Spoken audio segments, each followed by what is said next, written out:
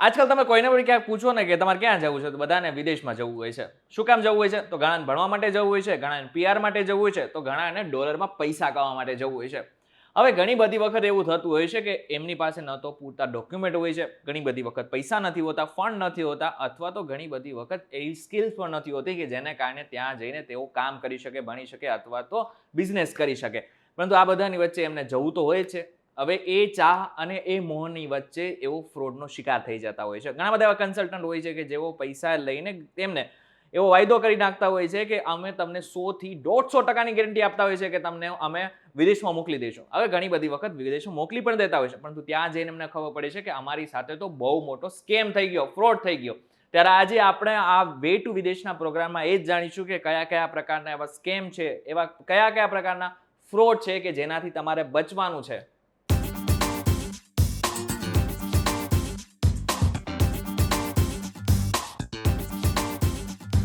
Hello, ladies and gentlemen. This is your captain speaking.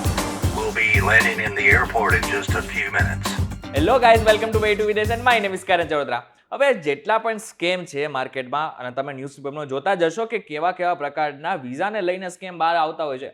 હવે એ સ્કેમથી તમારા બચાવવા માટે અત્યારે અમારી સાથે એક્સપર્ટ છે, જેમનું નામ છે હિમાની શાહ, જેઓ પોતે 18 વર્ષથી આ કન્સલ્ટન્ટિંગનું કામ કરે છે.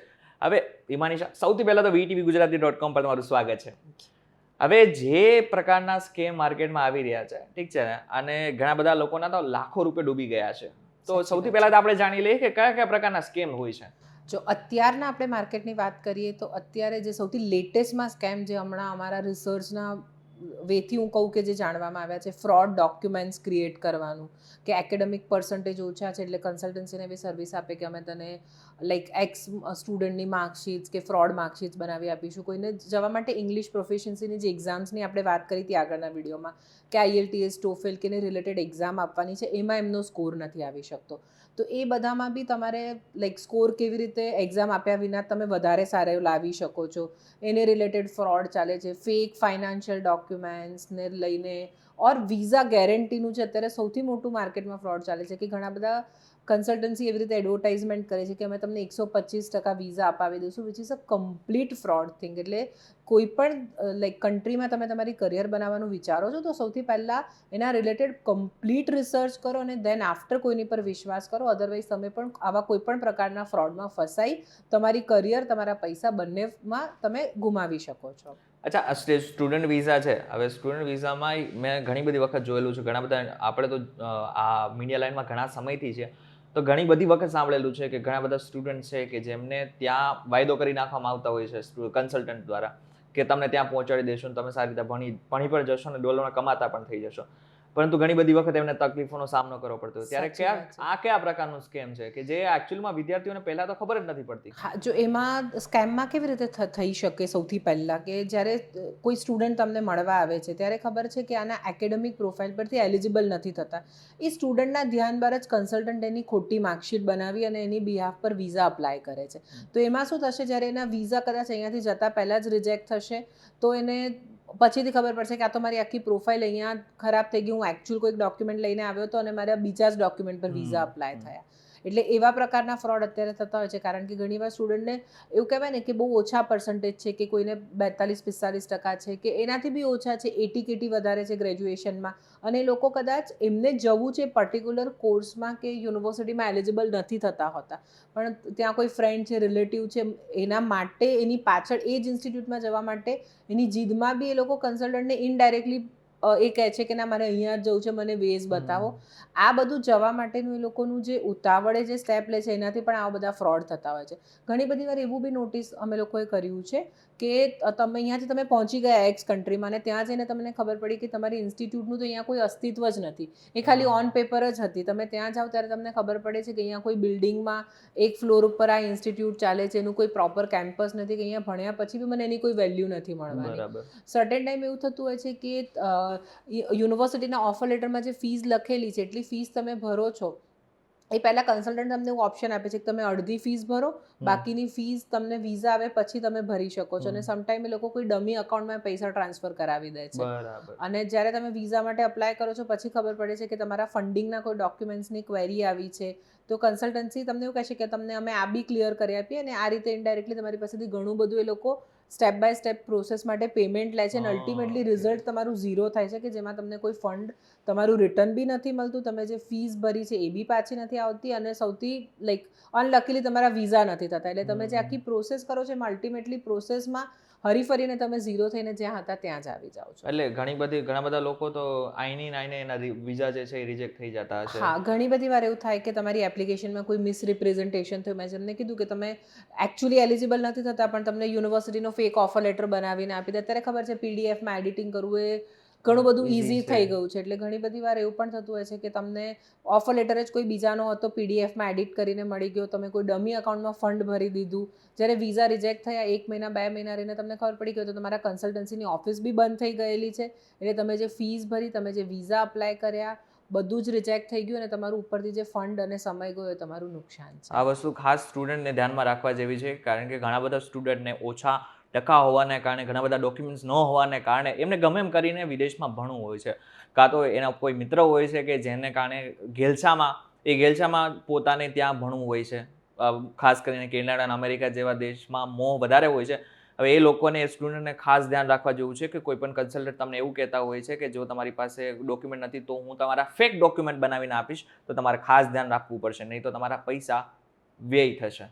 અચ્છા, આ સ્ટુડન્ટ વિઝા અને પીઆરમાં આઈએલટીએસનો એક સ્કેમ છે જે બહુ બધો અત્યારે બહુ ફેમસ છે. તો આ સ્કેમમાં થાય છે શું?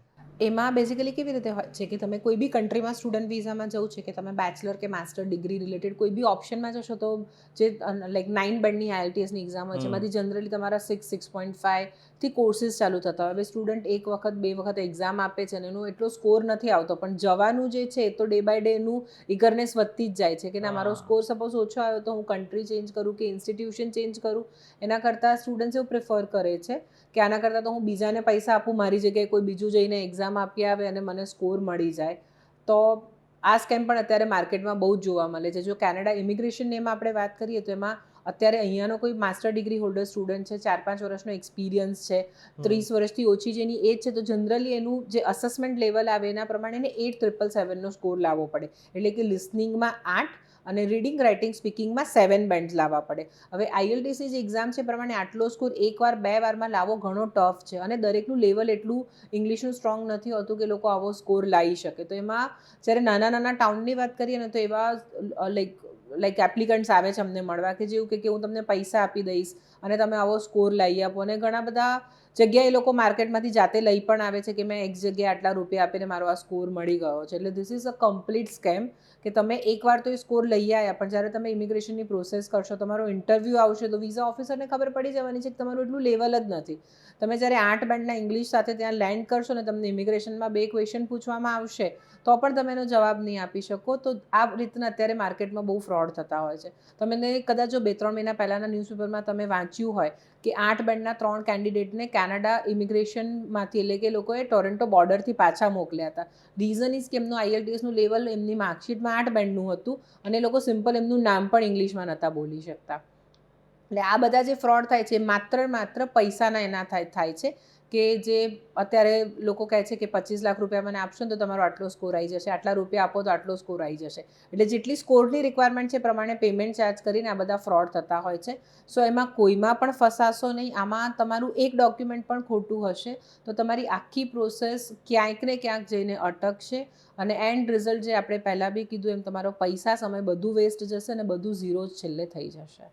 અચ્છા, આપણે સ્ટુડન્ટ વિઝા અને આઈએલટીએસની વાત કરી રહ્યા છીએ, એની વચ્ચે અત્યારે ફેક ઇન્સ્ટિટ્યુશનનો એવી એક સ્કેમ છે કે જેમાં કન્સલ્ટન્ટ જે છે એ મોટી એવી રકમ પણ પોતાના ખિસ્સામાં નાખી દેતા હોય છે અને પછી ત્યાં જઈને સ્ટુડન્ટને બહુ મોટો ફ્રોડ, બહુ મોટો ખર્ચો બી આવે છે, એની સાથે બહુ મોટો સ્કેમ પણ થાય છે. એ શું છે?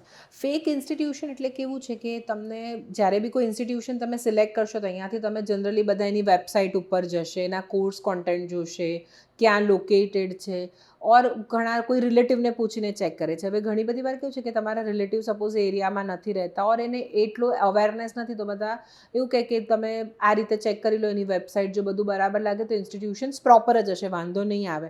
પણ હમણાં કદાચ ગુજરાતમાં તો નહીં પણ ઘણા બધા ઇન્ડિયાના બીજા સ્ટેટ્સમાં એવું જોવા મળ્યું છે કે સ્ટુડન્ટ્સ જ્યારે ત્યાં જાય છે ત્યારે એને ખબર પડે છે કે અમે તો વેબસાઇટમાં જ્યારે જોયું ત્યારે તો આ પ્રોપર એક બિલ્ડિંગ હતું, અમને પ્રોપર એનું ઇન્ફ્રાસ્ટ્રક્ચર 100% ફેસિલિટી યુનિવર્સિટી છે એવી ખબર પડી હતી. જ્યારે ત્યાં પહોંચે છે તો ખબર પડે છે આ તો નાની મોટી એક બે રૂમની કોલેજ જ છે, કોઈ ફેકલ્ટી નથી, કોઈ એ લોકોની પાસે ઇન્ફ્રાસ્ટ્રક્ચર નથી, અને એમને જે ફીસ ભરેલી છે દેટ ઇઝ અગેન એ કન્સલ્ટન્સીના જ કોઈક પ્રાઇવેટ અકાઉન્ટમાં ગયેલી છે. અને વિઝા લઈને તેમને ત્યારે ત્યાં પહોંચે છે ત્યારે ખબર પડે છે કે અહીંયા અમે આ જેટલું પેમેન્ટ કરીને આવ્યા છે એ પણ અમારું બધું વેસ્ટ થઈ ગયું છે ઓર ફસાઈ ગયું છે. યુનિવર્સિટી કે ઇન્સ્ટિટ્યૂટ જે વેબસાઇટ પર જોઈ હતી અને એકચ્યુઅલ જે છે એ બધાની વચ્ચે તો કોઈ સામ્યતા જ નથી, કે અમે જે જોયેલું હતું એ કંઈક અલગ હતું ને અહીંયા જે છે એ બધું 100% અલગ છે. અત્યારે આ ફેક ઇન્સ્ટિટ્યુશન્સનું ચલણ બહુ જ વધી રહ્યું છે. એટલે જ્યારે ગુજરાતીઓ પોતાની ઇન્સ્ટિટ્યૂટ સિલેક્ટ કરે તો ઓલવેઝ મેક શ્યોર કરજો કે તમે એને 4 જગ્યાએ એની તપાસ કરજો. કોઈ પણ જગ્યાએ બ્લાઇન્ડ પેમેન્ટ કરતાં પહેલાં એના જેટલા ગવર્મેન્ટના પેમેન્ટ ગેટવે છે એ ચેક કરીને જે ઓથેન્ટિક અકાઉન્ટ છે એના થ્રુ જ પેમેન્ટ કરશો તો તમને ફ્યુચરમાં તમારી સાથે આવો કોઈ સ્કેમ થવાની સંભાવના નહીં રહે. અને આમ પણ જે લોકોએ ફોર એક્ઝામ્પલ IELTS 8 બેન્ડની લઈને ત્યાં જતા રહ્યા પછી બી એને ઇંગ્લિશમાં તકલીફ તો થવાની જ છે ને. સ્ટુડન્ટ વિઝા તરીકે કોઈ IELTS ની એક્ઝામ દીધી એ બી ફ્રોડ કરીને, હવે ત્યાં જઈને તો બધું ઇંગ્લિશમાં જ જવાનું છે, ત્યાં જઈને તકલીફ તો થવાની છે, રાઈટ? હા, કે સપોઝ અહીંયાથી એકવાર પહોંચી પણ ગયા, ઇમિગ્રેશન બી ક્લિયર થઈ ગયું, તમે કન્ટ્રીમાં જઈને ભણવાનું બી ચાલુ કરી દીધું, પણ તમારું લેવલ જ નથી તો તમે ભણી નથી શકવાના. એમાં કેવું છે દરેક કન્ટ્રીમાં તમને વિઝા જે મળશે ને ઓલવેઝ તમારા ભણવાની કન્ડિશન પર હશે, કે તમારું કોર્સ પતશે એ પછી તમને આગળ જઈને વર્ક પરમિટ મળશે. વર્ક પરમિટના બેઝ ઉપર તમે ત્યાં સેટલમેન્ટ, PRના કે ગ્રીન કાર્ડની પ્રોસેસ કરી શકશો. એટલે જે છે કે શોર્ટકટ જે છે તમને શોર્ટ ટર્મમાં જ યુઝ થવાનું છે. ક્યાં એ તમારી આખી પ્રોફાઇલ બગાડશે પણ એ તમને લોંગ ટર્મમાં ક્યાંય યુઝફુલ નથી થવાનું. અચ્છા, ઘણા બધા લોકો એવું કહેતા હોય છે, ઘણા બધા કન્સલ્ટન્ટને મેં એવું કહેતા સાંભળ્યું છે કે અમારી પાસે વિઝા લઈ લો 100%, અમુક એવો તો એવું એવી રીતના પણ બોલતા હોય કે 150%ની ગેરંટી અમે તમને વિઝા અપાવશું જ. હવે આ સાચું છે ખરા કે કોઈ અપાવી શકે? આ એક આપણે ઓપન મીડિયા પ્લેટફોર્મ પર છીએ. અહીંયા જે આપણે આ કરી રહ્યા છીએ પબ્લિકની અવેરનેસ માટે છે. તમને કોઈ પણ માણસ વિઝાની ગેરંટી આપે છે તો એ જ સૌથી ખોટું પ્રેક્ટિસ છે. વિઝાની ગેરંટી કોઈ જ ના આપી શકે. આજે હું મારી કન્સલ્ટન્સીમાં કોઈ સ્ટુડન્ટને કહું કે વિઝા તમારા 100% થઈ જશે, which is it self a wrong guarantee. Visa મારે નથી આપવાના, વિઝા તમારે નથી આપવાના. જે તે રિસ્પેક્ટિવ કન્ટ્રીમાં એના વિઝા અપ્લાય કરીશું, એના વિઝા ઓફિસરની પાસે ડિસિઝન છે કે સ્ટુડન્ટની કે ઇમિગ્રન્ટની જે પ્રોફાઇલ છે ને અમે સારી રીતે રિપ્રેઝન્ટ કરીને એના વિઝાના ચાન્સીસ ઇમ્પ્રૂવ કરી શકીએ. પણ ક્યારે પણ કોઈ પણ કન્સલ્ટન્ટ એવી ગેરંટી આપે છે તો that guarantee itself a wrong word. એ બહુ અનએથિકલ પ્રેક્ટિસમાં આવે છે અને that is also consider into the one kind of a fraud. અચ્છા, આ વસ્તુ બી ખાસ ધ્યાન રાખવા જેવી છે. ઘણી બધી વખત ઘણા બધા લોકોને પૈસા તો હોય એમની પાસે અને ઘણા બધા કન્સલ્ટન્ટ પાસે બી જતા રહેતા હોય છે. હવે કન્સલ્ટન્ટ શું કરે કે તમારી પાસે બહુ બધા પૈસા છે ને તો એનો લાભ લઈને તમને એવું માહિતી આપતા હોય છે કે અમે તમને 100%ની ગેરંટી આપીએ છીએ કે તમારા વિઝા થઈ જશે. હવે ગમે એમ કરીને કદાચ તમારી પાસે વિઝા પહોંચી પણ જાય પછી એની કોઈ જ ગેરંટી નથી કે તમે ત્યાં કેટલો ટાઈમ સર્વાઈવ કરી શકશો. આ બધાની વચ્ચે એક એવો સ્કેમ છે કે જેવું બહુ આમ તો જો કે ફની છે કે જે મેરેજ સ્કેમ છે, મેરેજ ફ્રોડ છે, જે ત્યાં જઈને ઘણા બધા લોકો કરતા હોય છે. એ એકચ્યુઅલી મેરેજ સ્કેમ છે શું અને એ કેવી રીતના બહાર પડે છે? હા, જો એ બેઝિકલી એમાં બે વે છે મેરેજ સ્કેમના. એક અહીંયાથી જતાં પહેલાં પણ એ સ્કેમ થતું હોય છે અને ઘણા લોકો અહીંયાથી પહોંચી ગયા અને પછી પણ એ સ્કેમ થતું હોય છે. સૌથી પહેલાં આપણે એને બે પાર્ટમાં ડિવાઈડ કરીને કરીએ. અહીંયાથી જતાં પહેલાં એ સ્કેમ કેવી રીતે થતું હોય છે કે કોઈ વિદ્યાર્થી અમારી પાસે આવે, એનું એકેડેમિક બહુ સારું નથી, ઇંગ્લિશ બહુ સારું નથી અને એની પાસે પૈસા છે પણ એની પાસે જવાના બીજા કોઈ રસ્તા નથી. તો એ શું પ્રિફર કરશે કે અહીંયાથી એના કરતાં બેટર છે કે કોઈ છોકરો હશે તો કે હું એવી કોઈ લાઈક મારું પાર્ટનર શોધું કે જેનું એકેડેમિક સારું છે, ઇંગ્લિશ સારું છે, તો એની સાથે લોકો કોર્ટ મેરેજ કે ઓન પેપર મેરેજ કરશે. એ જે તે લેડી છે એના બેઝ ઉપર સ્ટુડન્ટ વિઝા અપ્લાય કરવામાં આવે છે અને એના સ્પાઉસ તરીકે એ પર્સન કે જેની પાસે ફંડ છે અપ્લાય કરે છે અને ત્યાં જઈને પછી જે તે એને રેસિડેન્સીનું સ્ટેટસ મળે પછી લોકો સેપરેટ થવાનું પસંદ કરતા હોય છે. ઓહ, અચ્છા. એટલે આ કેવું છે કે 2 વે સ્કેમ છે કે એક પર્સનને ભણવા જવું છે પણ એની પાસે પૈસા નથી ને બીજાની પાસે પૈસા છે પણ એજ્યુકેશન નથી. પણ એ લોકોનો જો મ્યુચ્યુઅલ અન્ડરસ્ટેન્ડિંગ કે જે બી એ લોકો કોન્ટ્રાક્ટ પર મેરેજ કરે છે એ ખાલી ને ખાલી એ કન્ટ્રીના બેનિફિટ લેવા માટે હોય છે. એ જેન્યુઅન મેરેજ નથી હોતા. ઘણી બધી વાર એવું થાય છે કે કોઈ અહીંયાથી વિઝિટર વિઝા પર ગયું, યુએસમાં ગયું, કેનેડામાં, કોઈ પણ કન્ટ્રીમાં, ત્યાં જઈને એવું લાગ્યું કે અહીંયા વર્ક ઓપોર્ચ્યુનિટી સારી છે, મને આ કન્ટ્રી બહુ ગમી ગઈ, પણ એની પાસે કોઈ વે જ નથી. તો એ લોકો શું કરશે, ત્યાંનું કોઈ સિટીઝન છે, કોઈ ગ્રીન કાર્ડ હોલ્ડર છે, કોઈ PR છે, એની જોડે મેરેજ કરવાનું, અગેન કોર્ટ મેરેજ કે જે ઓન પેપર મેરેજ છે, કોન્ટ્રાક્ટ મેરેજ જેને કહી શકીએ આપણે, એવું કરવાનું પસંદ કરશે. એનો જે બી ચાર્જ થશે એ પર્સનને આપશે. એને જે તે લીગલ સ્ટેટસ મળી જશે દેન આફ્ટર એ લોકો સેપરેટ થવાનું પસંદ કરે છે. હવે આમાં સ્કેમ સૌથી વધારે તકલીફ ક્યારે પડે છે કે તમે એક્સ માણસ જોડે જ્યારે કોન્ટ્રાક્ટ મેરેજ કર્યા ત્યાં તમારું લીગલ સ્ટેટસ તમે લેવા ગયા ત્યારે તમારું ત્યાં ઇમિગ્રેશન પ્રોસેસ હશે. ડ્યુરિંગ ધેટ ઘણી બધી વાર એવું થાય કે આ પર્સન તો 2 વર્ષ પહેલાં પણ એક વ્યક્તિની જોડે લગ્ન કરીને આને એનું ઇમિગ્રેશન પ્રોસેસ કર્યું હતું, એની પહેલાં પણ કરેલું હતું, કારણ કે ગવર્મેન્ટ પાસે તો બધી જ હિસ્ટ્રી રહેવાની છે. એટલે ઘણી બધી વાર કેવું છે કે તમે જે પર્સન પર લાઈક આધાર રાખીને બધું કરો છો એની ત્યાં હિસ્ટ્રીમાં કોઈ પ્રોબ્લેમ હશે તો એ વસ્તુ પણ તમને ઇફેક્ટ કરશે. એટલે ઇન શોર્ટ લોકોએ લગ્નને પણ એક બિઝનેસ તરીકે બનાવી નાખ્યો છે. જી, જવા માટેનો એક વે. અને આ જે કોન્ટ્રાક્ટ બેઝ મેરેજ છે, કોન્ટ્રાક્ટ બેઝ મેરેજ, એમાં તો ખાસો પૈસો લોકો દેતા હોય છે, રાઈટ? હા, આમાં કેવું છે કે એક અંદાજો આપી શકો કેટલા લાખ આ લોકો આપતા હોય છે? હમણાં જ એક અમારી લાઈક ઇન્ક્વાયરીમાં જે કેન્ડિડેટ આવ્યા હતા ને એમના એક રિલેટિવની વાત કરી રહ્યા હતા કે યુએસમાં એક છોકરી સાથે એમને કોન્ટ્રાક્ટ મેરેજ કર્યા છે એમના રિલેટિવના, એને કંઈક 55 થી 60 લાખ રૂપિયા નક્કી કરેલા છે.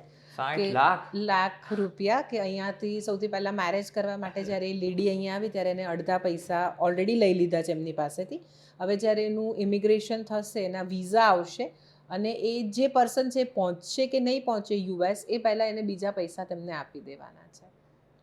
ઓહ, 60 લાખ અલા બહુ મોટી રકમ છે એકચ્યુઅલી. બહુ મોટી રકમ છે. અને આમાં પણ કેવું છે કે તમને 60 લાખ રૂપિયા ખર્ચીને પણ સૌથી જે છે જવા માટેનો આખો આ જે છે એને તમે ગેરમાર્ગ કહી શકો. આ લીગલ વે નથી. અને આમાં હમણાં જ એક ન્યૂઝ હતા અમેરિકાવાળાએ, અમેરિકાના જે ઓથોરિટી છે એમને જ કીધેલું હતું કે આવી રીતે જે ખોટા મેરેજ કરીને રહી રહ્યા છે એ લોકો પર કંઈક કાયદેસરની કાર્યવાહી કરવાના છે. એટલે આ બી એક મોટું એક સ્કેમ કહેવાય કે તમે તમારા પોતાના માટે આવું કોન્ટ્રાક્ટ બેઝ મેરેજ કરો છો અને પછી ત્યાં જઈને સલવાઈ જાવ છો. આ એક બહુ મોટો સ્કેમ છે. આનાથી પણ બચવું. ઘણી બધી વાર એવું થતું હોય છે કે જેસે અત્યારે એમની સાથે અમાઉન્ટ નક્કી કરી, કદાચ એવું થાય કે ફ્યુચરમાં એ જે તે પર્સન છે સામેથી કદાચ એમની પાસે સેપરેટ થવાના એ વધારે પણ પૈસા માંગી શકે છે.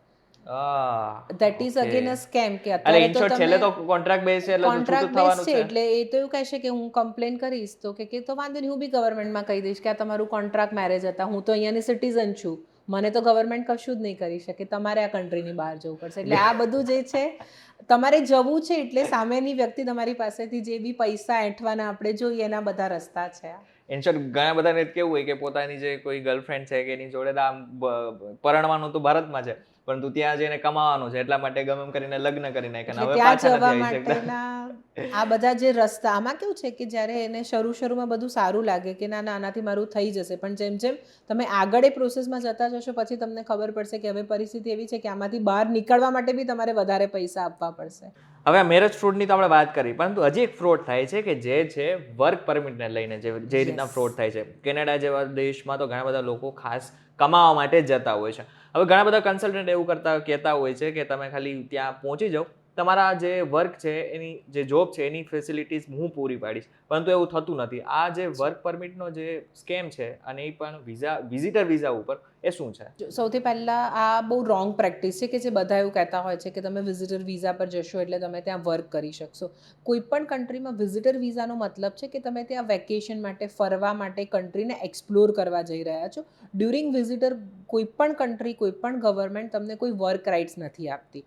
તમે વિઝિટર વિઝાને તમારે વર્ક પરમિટમાં કન્વર્ટ કરાવવું હોય તો 2-3 કન્ટ્રીમાં એવી ફેસિલિટી છે. આપણે સ્પેસિફિકલી અત્યારે કેનેડાના ફ્રોડને ધ્યાનમાં રાખીને વાત કરીએ તો કેનેડામાં તમારા વિઝિટર વિઝાને તમે વર્ક પરમિટમાં કન્વર્ટ કરાવી શકો છો, પણ એના માટેની બી આખી ગવર્મેન્ટની પ્રોપર પ્રોસેસ છે કે તમારે ત્યાંની ગવર્મેન્ટમાંથી LMI એટલે કે જે ગવર્મેન્ટ અપ્રૂવડ જોબ છે એ રીતનો તમારી પાસે જોબ લેટર હોવો જોઈએ, એ પછી તમે તમારા વિઝિટર વિઝાને વર્ક પરમિટમાં કન્વર્ટ કરાવી શકો છો. હવે આ જોબ લેટર માટે રિલેટેડ જોબ શોધવાની અને એને વિઝિટર ટુ વર્ક પરમિટમાં જે પ્રોસેસ કરવાની છે એમાં સૌથી વધારે અત્યારે ફ્રોડ માર્કેટમાં ચાલે છે કે જ્યાં બી કન્સલ્ટન્સી 50 લાખ, 55 લાખ, 60 લાખ રૂપિયા ચાર્જ કરે છે અને પછી લોકોને જોઈએ એ રીતની ઓર જોબ મળતી નથી એવી પરિસ્થિતિ થાય છે.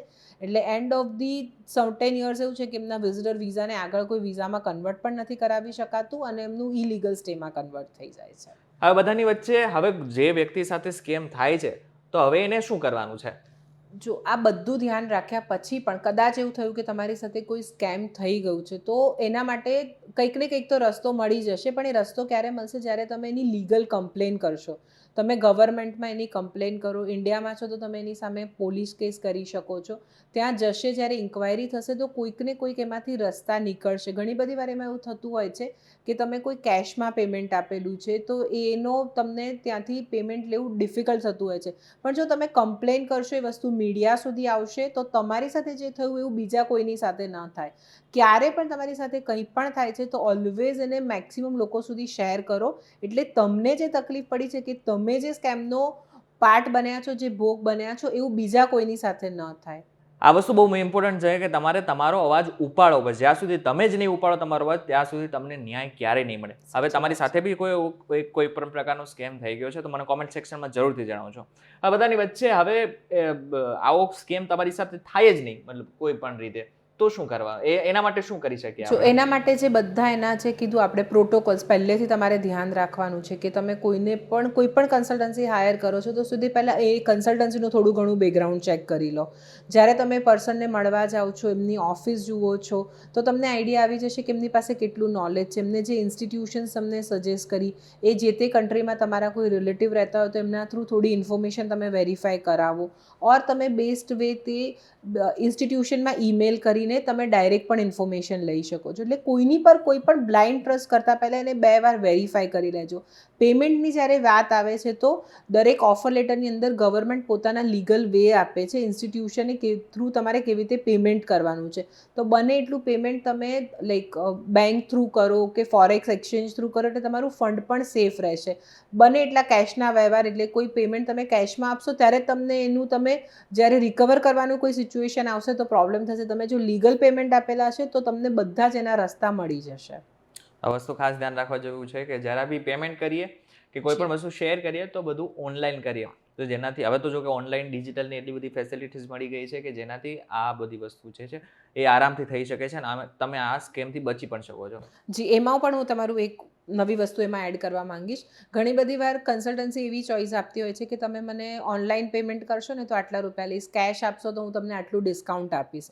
એ ડિસ્કાઉન્ટ પણ તમને બહુ ભારે પડી શકે છે. તો ક્યારે પણ એવી વાતોમાં કોઈની આવશો નહીં, છેતરાશો નહીં. તમારે લીગલ વેથી જવું છે તો એના જેટલા લીગલ રસ્તા છે એ જ અપનાવો.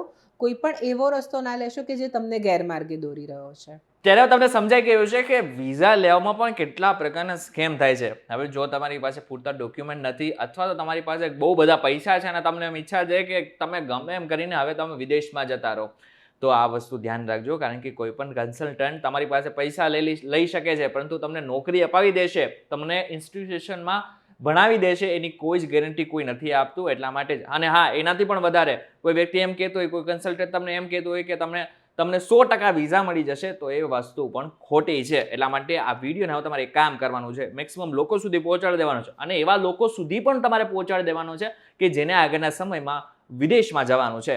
હવે આ વિડીયો તમને પસંદ આવ્યો તો વિડીયોને લાઈક અને શેર જરૂરથી કરજો તથા આવા જ ઇન્ફોર્મેટિવ વિડીયોઝ માટે VTVGujarati.com સાથે જોડાયેલા રહેજો. અને આ એક મહત્વની વાત, અમારી એક વોટ્સઅપ ચેનલ અને અમારી એક એપ્લિકેશન પણ છે કે જેની લિંક મેં ડિસ્ક્રિપ્શનમાં આપેલી છે. ત્યાંથી તમે ડાયરેક્ટ અમારી વોટ્સઅપ ચેનલ સાથે જોડાઈ શકો છો અને અમારી એપ્લિકેશનને ઇન્સ્ટોલ પણ કરી શકો છો. ફરી મળીશું એક નવા વિડીયો સાથે, એક નવા કોન્સેપ્ટ સાથે. ત્યાં સુધી મને રજા આપો. નમસ્કાર.